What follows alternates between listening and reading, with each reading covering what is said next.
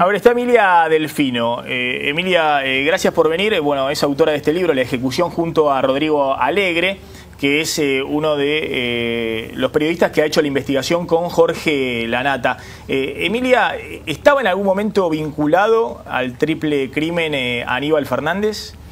Mira, desde el primer momento el triple crimen o la investigación con respecto al triple crimen, sobre todo desde la justicia, llevaba a Quilmes. La última vez que se los vio con vida a Forza, Ferrón y Vina fue el 7 de agosto del 2008. Estaban en La Shell, que está a la salida de un Walmart en Sarandí, sí, en el acceso sudeste, camino directo hacia Quilmes. La última vez que se detectaron sus teléfonos prendidos por la antena de Nextel fue cerca, en la antena que está en las inmediaciones de la casa de Martín Lanata, ¿sí? Y ellos iban a reunirse para cerrar un negocio relacionado, cree la justicia, con el negocio de la efedrina, con Martín Lanata, que trabajaba para Pérez Corradi, que es este hombre que está prófugo, un tipo muy misterioso, un hombre joven que hizo mucho dinero de golpe. Y Aníbal siempre, Quilmes, Aníbal, el RENAR, que estaba bajo la órbita de Aníbal, siempre estaba en torno a la investigación del triple crimen. Yo desde hace 6 años vengo investigando este caso. Nunca había encontrado un testimonio de alguien que non de récord, como pasó anoche en el programa de Lanata, apuntaran a Aníbal Fernández directamente. Se hablaba, ¿no?, en la causa judicial de la morsa. Se hablaba de la morsa. Por el tema de los bigotes y demás. Se empezó a hablar en el juicio oral, en realidad. O sea, la causa empieza en el 2008 y en el 2012 empiezan a hablar los testigos de este supuesto morsa. Algunos, incluso Ocaña en su momento salió en el diario Clarín a relacionarlo justamente con Aníbal Fernández por el tema de los bigotes. ¿Y la morsa qué hacía? ¿Daba protección, supuestamente? La morsa daba protección a cambio de dinero. Eso es lo que había declarado Solange Belone, que ayer se la vio un poco en el video del juicio. Lo que ha quedado claro en todo el expediente judicial con la condena por el asesinato de estos 3 muchachos por parte de Martín Lanata es que había 2 bandas que estaban peleando por el tráfico de la efedrina en la Argentina. Yo creo que había más. Hay una tercera banda que fue condenada el año pasado, ¿sí? Que está integrada por hombres que también están vinculados directamente con la Casa Rosada, que son Alfredo Abraham, Josué Fuchs, que está prófugo de la justicia desde hace varios años y se cree que está en Israel, y el Salvador Negro López, que era un hombre también vinculado al kirchnerismo y a Santa Cruz. Esa banda estaba más ligada a la Cedronar, ¿sí? Eso es a lo que llegó a la conclusión la justicia. Y por esa banda es en parte que procesa Servini de Cubría al jefe de la Cedronar, Granero, que fue un enemigo interno, como contaba Diego, de Aníbal Fernández. Durante, incluso sabemos de testigos de conversaciones donde Néstor Kirchner los sentó a los dos y les dijo: muchachos, pónganse de acuerdo, no sé por qué se pelean, pero pónganse de acuerdo. ¿Sí? Bueno, la denuncia que hacía Aníbal Fernández es que no había un control efectivo por parte del Cedronar, ¿no? Sí, bueno, hubo una causa en su momento también del juez Armela, que es un juez que después fue separado en Quilmes, no había una camioneta que transportaba droga. Esa denuncia fue impulsada por Aníbal Fernández y complicaba a Granero en ese momento, ¿no? Era parte de disputas dentro del poder, por supuesto bandas que eran algunas paraestatales, pero otras, bueno, y tenían ligazón o tenían protección política de sectores del gobierno. Sí, además de la política, me parece que lo que está siempre presente y que ayer estuvo siempre presente en la investigación judicial, en la periodística, siempre nos encontrábamos con personajes ligados a servicios de inteligencia, a fuerzas de seguridad, en la provincia, de la Policía Federal.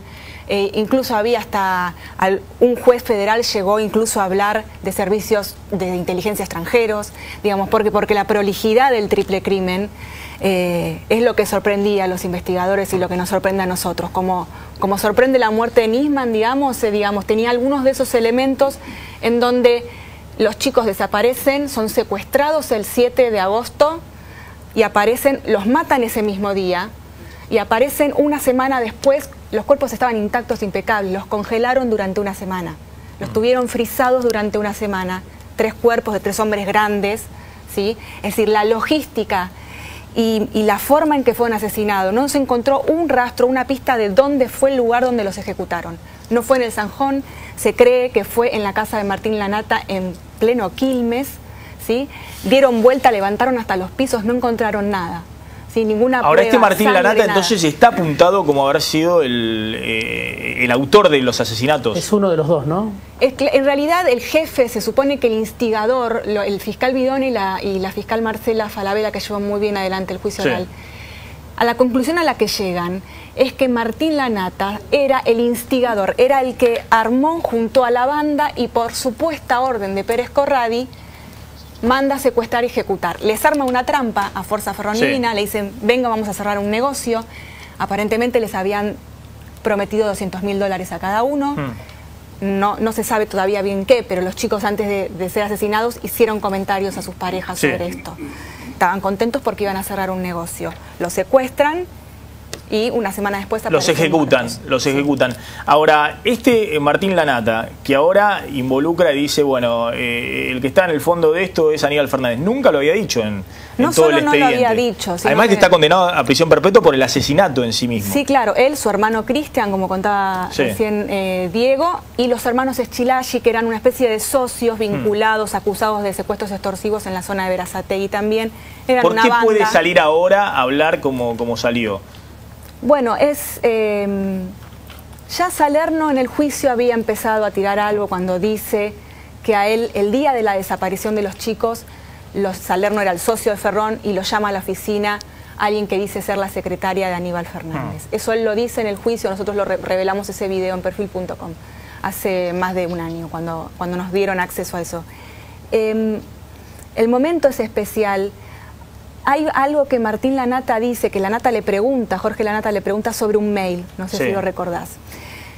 Aníbal Fernández se encargó de repartir a los periodistas, y está esto en el libro, porque nosotros después con ese mail lo entrevistamos por teléfono, un supuesto mail de Martín Lanata pidiéndole casi disculpas a Aníbal Fernández porque su nombre había quedado manchado y él había quedado involucrado en el tema de la efedrina y el triple crimen.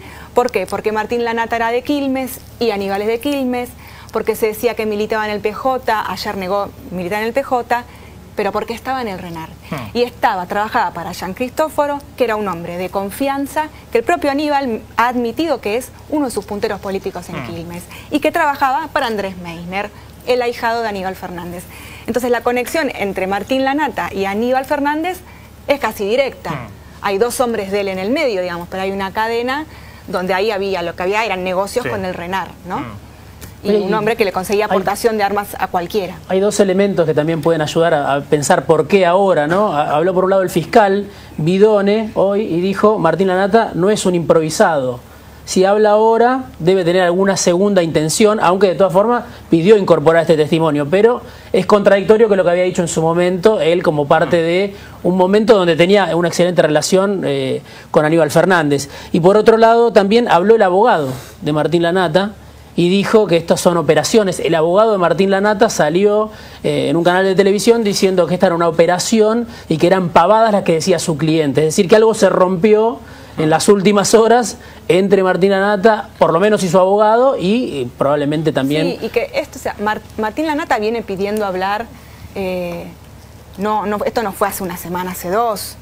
Las conversaciones entre el equipo de investigación, ustedes saben cómo es, no se hacen de un día para el otro, es reciente, pero no es que una semana antes de las PASO llamó y dijo quiero hablar. Con respecto a los tiempos, tal vez Martín Lanata ya está convencido de que él no va a zafar más de esta y en algún momento pensó que alguien le iba a ayudar. Y dice, bueno, entonces ahora hablo porque sé que me soltaron la mano para siempre. A ver, esta fue la reacción de Aníbal Fernández hoy a la mañana en la habitual conferencia de prensa, cuando, además de contestar la denuncia de Lanata, sorprendió a todos por las críticas muy duras a Julián Domínguez y Espinosa en la interna en la provincia de Buenos Aires. El objetivo es meterse en la elección del Frente para la Victoria, lisa y llanamente. Basta con ver que mis contrincantes han publicitado en Clarín, en el diario, y clarín.com, con lo cual es una más que gráfica situación en la cual algunos funcionan porque ponen plata en Clarín y otros nos hemos dedicado a defender las políticas de una gestión de gobierno que reivindicamos y que no me arrepiento ni me hace volver un tranco de pulga para atrás. Bueno, muy fuerte, ¿no? A Aníbal Fernández disparando diciendo, bueno, acá me están jugando en la interna del Frente para la Victoria, ¿no? Como forma de responder.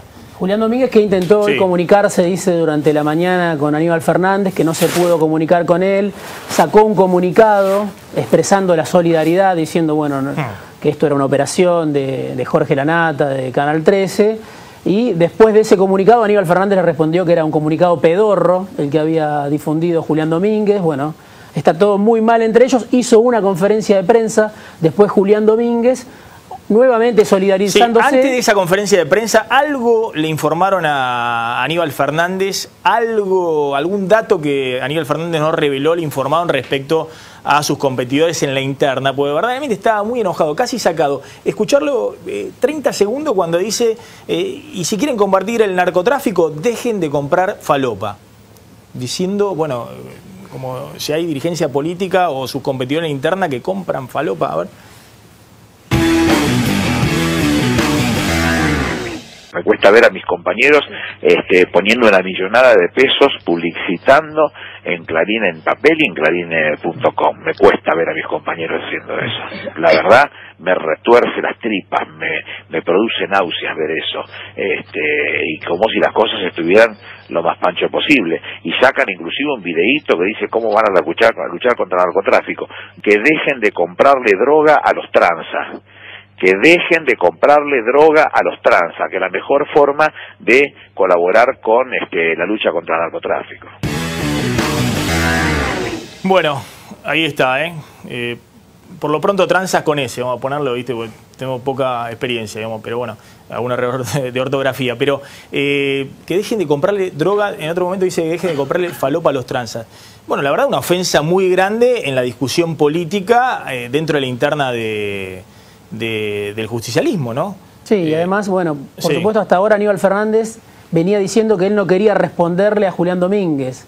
Hace poco se metió Kunkel, dijo no le respondo al original, menos le voy a responder a una fotocopia de mala contextura. No quería responder. Bueno, ahora, a partir de este informe de anoche en Canal 13, que, como vos decías también, Aníbal Fernández lo lee como parte de la campaña de su oposición interna, ¿no? Y hoy Julián Domínguez salió a decirle, bueno, que se defienda, pero que no acuse a nadie sin justificar. Hay que ver qué dice Scioli también, que mañana va a estar en un acto con Julián Domínguez en La Plata. Estuvo duro Julián Domínguez, porque por un lado dice, bueno, Aníbal Fernández es víctima de una operación, ¿no? Dice una operación de la nata y demás, lo pone en el grupo Clarín. Sí. Pero por otro lado, Julián Domínguez dice, Aníbal Fernández debe dar explicaciones sin ensuciar al resto. Sí. Le pide explicaciones, dice que respeta el periodismo libre, las investigaciones y que debe dar explicaciones. Es decir, ha subido mucho el voltaje de la interna del Frente para la Victoria en la provincia de Buenos Aires. Por eso, bueno, a ver, también en esta interna, esta disputa, en esta discusión interna del Frente para la Victoria, insisto con este dato, ¿qué piensa Daniel Scioli? Que habló, también se solidarizó con Aníbal Fernández, pero que mañana va a estar en un acto con Julián Domínguez, que no creo que le caiga muy bien a Aníbal Fernández, que dice que siempre se están colando en los actos. Pero este es un acto en La Plata que organiza Scioli con Julián Domínguez mañana. Emilia, es delicado el tema de la droga y la política, ¿no? Sí, exactamente. Porque se habla mucho, bueno, hay pocas pruebas, pero esto es un tema delicado. Yo hace rato que vengo sosteniendo que es necesaria una rinoscopía como cuestión para ingresar al ejercicio de la política. Porque si no te pone una debilidad muy grande frente a los tipos que vos tenés que perseguir, digamos. Sí, que no es el solo narcotráfico, que son las mafias organizadas y demás. Aún un tipo honesto, si es un adicto, tiene una debilidad muy grande. Pero bueno, esto de andar tirándose con acusaciones es grave. Sí, y no solo con respecto al consumo. Como vos bien lo decías, el tráfico de efedrina fue algo que al que el gobierno le abrió las puertas y le dijo, vengan muchachos, son 45 toneladas en más o menos 2 años, una exageración, una barbaridad, y los permisos los dio el gobierno, los dio la Cedronar, los dio, o sea, los funcionarios públicos firmaban las autorizaciones a un grupito, porque no eran muchos, a un grupito de empresarios para que ingresaran una sustancia que sabían que se fabricaba para metanfetaminas y que después desaparecía del mercado legal. Iba al narcotráfico, iba a los mexicanos que venían a comprar a la Argentina. Y el Estado el gobierno todavía no se hizo cargo de esa responsabilidad política. Están procesados Granero, Abud y creo que Orué, que era el tercero. Colmo, había conciencia de que esto era un tema muy delicado, porque ya en el 2009, en plena campaña electoral, le dispararon a De Narváez con esto.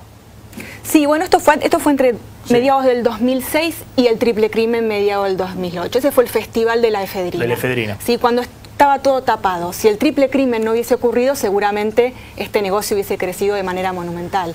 Y además en la política también va mucho más allá del kirchnerismo. Sí, y va mucho más allá del kirchnerismo puro. No, por supuesto. Sí, ha llegado a muchos sectores del peronismo también. Ha tocado, digamos. El tema de la droga. El tema de la droga y el tema de la efedrina puntualmente, sí.